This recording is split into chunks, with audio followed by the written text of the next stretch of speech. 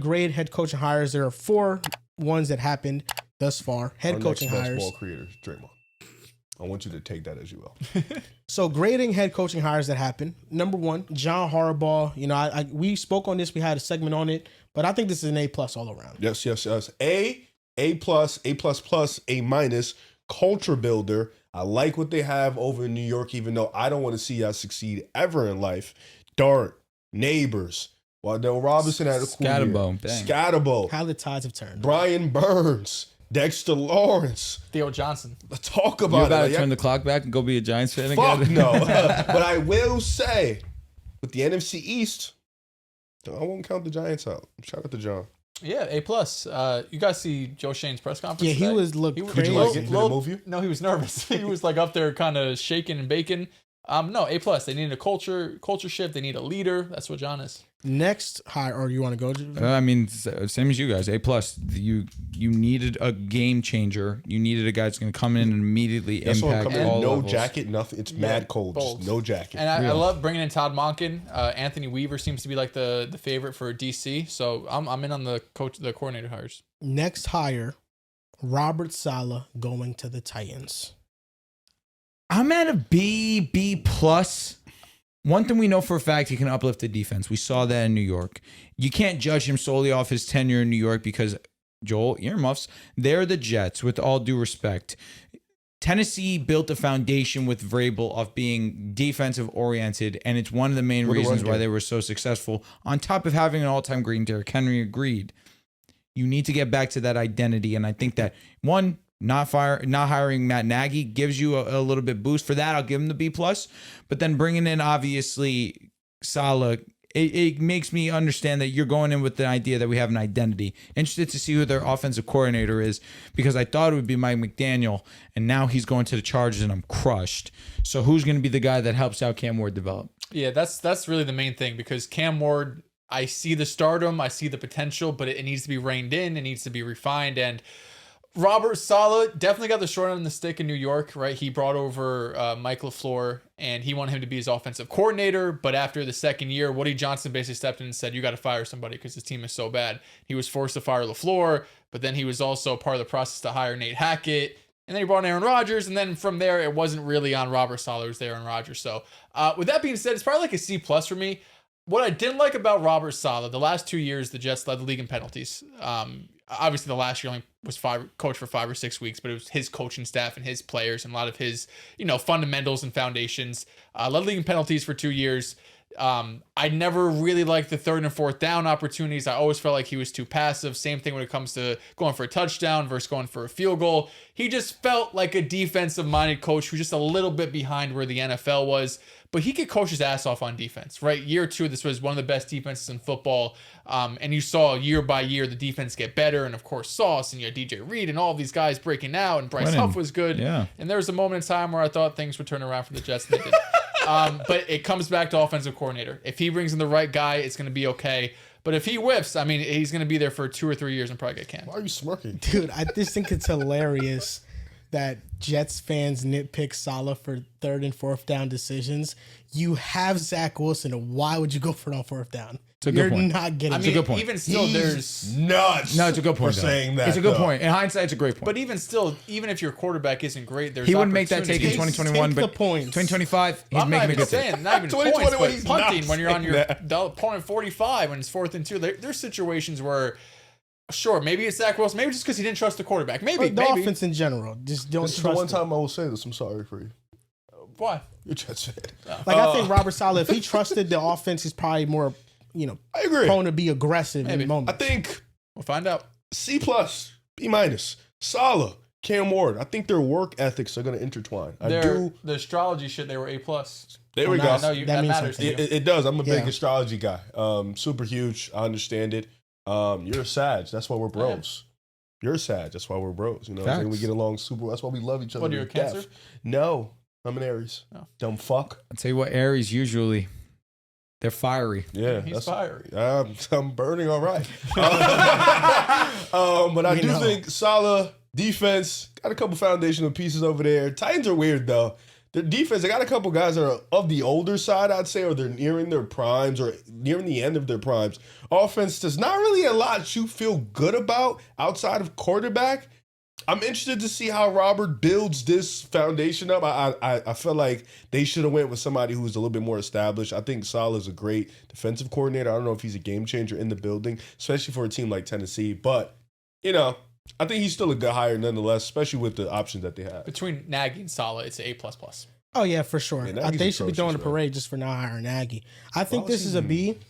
Robert Salah, I think, is going to uplift the defense without a doubt. I mean, his final 3 years in New York, first in points per drive, first in EPA per play, third in success rate. You saw the noticeable drop-off when he was fired and Jeff Ulbrich became the head coach.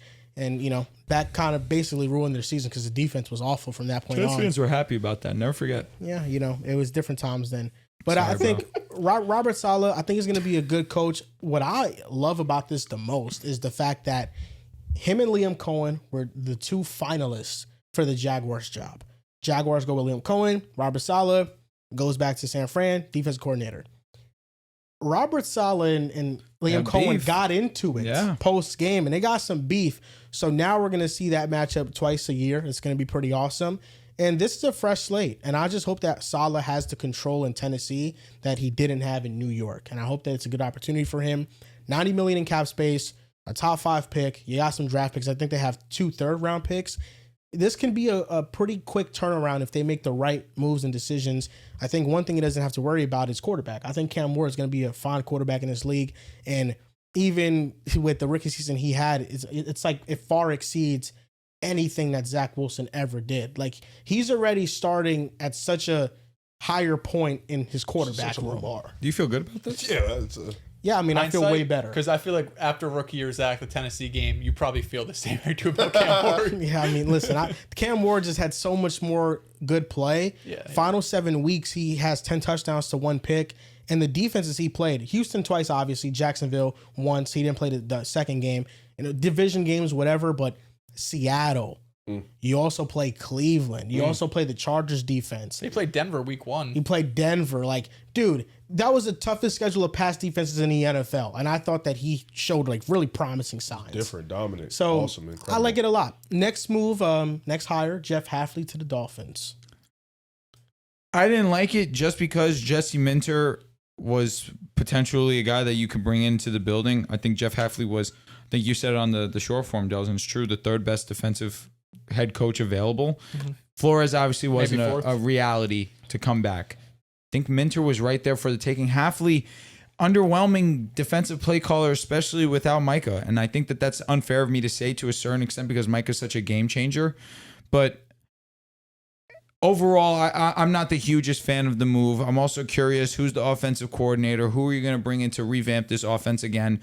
Because McDaniel obviously set such a standard. Of course, not looking at this season, which was absolute dog shit.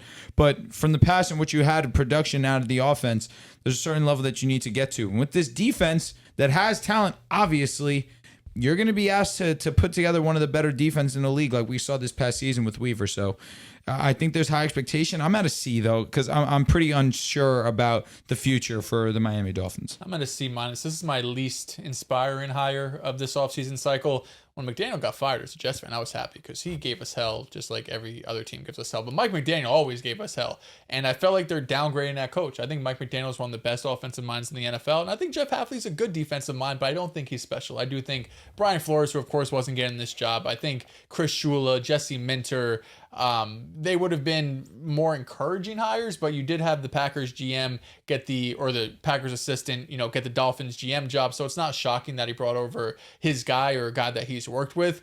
I just never looked at the Packers defense these last couple of seasons, thought Hafley was like pushing these buttons and doing special stuff that made this Packers defense specifically this year special. And last year it was pretty underwhelming. So maybe he'll prove me wrong, but I don't think it's a great hire. Yeah, I just felt like they should have went for somebody a little bit more established. I think Miami's a shit show right now. I think got to figure out the Tua situation.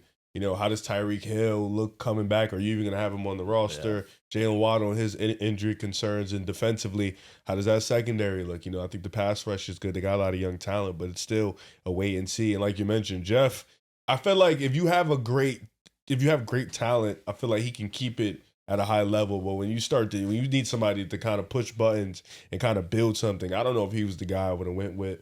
But give it a smooth, calm, low C. It's really going to be hard to fix that Miami situation because what are you going to do at quarterback and what are you going to do with all these players on the defensive side? That's going to be the question. This is C+. This was the worst possible job any coach could have gotten. They have a terrible cap situation. They have tons of dead cap. They have a quarterback that they're probably most likely going to designate as a post-June cut and eat a lot of dead money. Tyreek Hill, who knows what they're going to do with him? He's probably not going to play all of next season. This is going to be a very underwhelming roster with talent. Right? They have, I think, the second most free agents, and they have no cap space to bring anybody back. Not that the free agents that are leaving are like guys you really got to bring back, but they have money to make no moves. Everything about it this year is going to be a complete teardown, and they're going to be really bad this year. And, I think Jeff Hafley is going to have a leeway with the assistant GM of the Packers going over to the Dolphins. I think that they're going to bring in Malik Willis. I think Malik Willis will be the starting quarterback of the Dolphins this upcoming season. I don't hate that. I just feel like there's too many connections there with the Packers GM, Jeff Hafley, DC coming from the Packers, and then Malik Willis, backup quarterback. I think there's continuity there. And I do think that he is a really good defensive play caller and designer with his simulated pressures. I think that he gets the most out of his talent, and the Dolphins have a good infrastructure on the defensive line with Chop Robinson and Zach Taylor. They have some talent up front there to take advantage of, but Kenneth Grant too as a run stopper. The back end though is going to be the big question mark with them. They have to improve the secondary a ton, but I think this is just a rebuild and retool year. I don't expect nothing from them this upcoming season. Final one, Kevin Stefanski to the Falcons. A+. I love this move for them. I think that it depends on the move that they make at quarterback, fine, but they have so much offensive talent that I think that the sky is the limit for this offense. Whether it is Michael Penix going into next season, who knows what happens with Kirk Cousins and his situation. Take your job serious. That's pretty fucked up. But I really, really do hope what you're saying is true about Miami going post-June, cutting Tua, and Tua comes, takes his job. I'm praying to the good Lord that it happens. That'd be cool. I'm ready to rise up. I really am excited for that. That jersey would go fucking dumb. It'd be in your boy Bryce's division, though. Fighting demons there. I'll be honest. I love Bryce. My heart, my soul. I'm rooting for Tua to succeed. I'm not really. Everybody knows that. But Stefanski as a whole, I mean, there's a lot of offensive talent on this team with Drake, with Kyle Pitts, who just broke out again, with Bijan being arguably the best running back in the game right now, truthfully. It's their right tackle that got injured. Not Lindstrom. Lindstrom played this year. But McGarry. Thank you. McGarry gets hurt to start the season out for the year, which is a huge bummer. Obviously, he's going to bring a huge boost to that run blocking that they have. Bijan's only going to be better. The offensive line is going to have a little bit more protection. I'm excited for this one. I give it an A+ for sure. Yeah, feel really good. Probably like a B+, A-. Not as high on Drew. I think Stefanski still has some questions, but I think what you saw was when he had a quarterback in Cleveland, like the Browns won a playoff game. You know what I mean? Like say that out loud. The Browns won a playoff game, two-time coach of the year. Yeah, so he always did more with his teams and his rosters, did more with less. And I don't think he had anything really to do with the Deshaun Watson trade. It seemed like he was pretty against the Deshaun Watson trade, and that was he was in the right. And as well as this past draft, I don't know if he was in on Dylan Gabriel or Shedeur Sanders. It felt like it came from ownership and the front office, not Stefanski. So A-. I think this was the best offensive mind on the market. He's proven he has a track record, and he's going to Atlanta with a lot of weapons. A+, man. Like, bringing in an offensive mind this good with Bijan Robinson, Drake London. Not 100% sure if Darnell Mooney's coming back, but if he is, that'd be cool too. Kyle Pitts, if he does come back. It's pretty dope. I think this offense, you saw last year, Atlanta could have won games if they had consistent quarterback play. I think that was the X factor. And you saw that pass rush at times be able to wreck some games. At times, it was amazing. Yeah, and I look at the Buffalo game as one of those games where they wreck games. Their secondary, they still have A.J. Terrell, who I thought had a bounce back year. They drafted Xavier and Billy Bowman Jr., if I'm not mistaken, who were solid rookies. So this team has talent. It's just about putting everything together. I wish Jesse Bates would have stayed from a couple years ago, but for the most part, Atlanta doesn't have the draft pick, so getting a coach was important, and I think they aced that part. Well, Jesse Bates is still there. As fuck. Yep, it's all right. Yeah. That's on me. Why did I thought he was in the Bengals? No. He came from the Bengals. Yeah, there we go. Yeah, I think this is an A as well. In Cleveland for 3 years, he had a top 6 rushing offense, And they played well. Like, I think whether or not you have Penix or Kirk Cousins comes back, I think Kirk could come back and do a good job and run his offense. I mean, they had success in Minnesota, much older now, but I think Kirk is still capable of running an NFL offense. And it's going to be really fun. I think that Kevin Stefanski instantly became the best coach in the NFC South. I mean, maybe Kellen Moore, you bank on his upside, or Dave Canales or Todd Bowles, but it seems like Kevin Stefanski went to a division that is very winnable. And if he gets the most out of his players, which he's shown in the past to do, they can win this division. And seriously this time, like, it was like everybody's pick coming into this year to win it, and they didn't. But I think they could do it this year with Stefanski. But that's going to do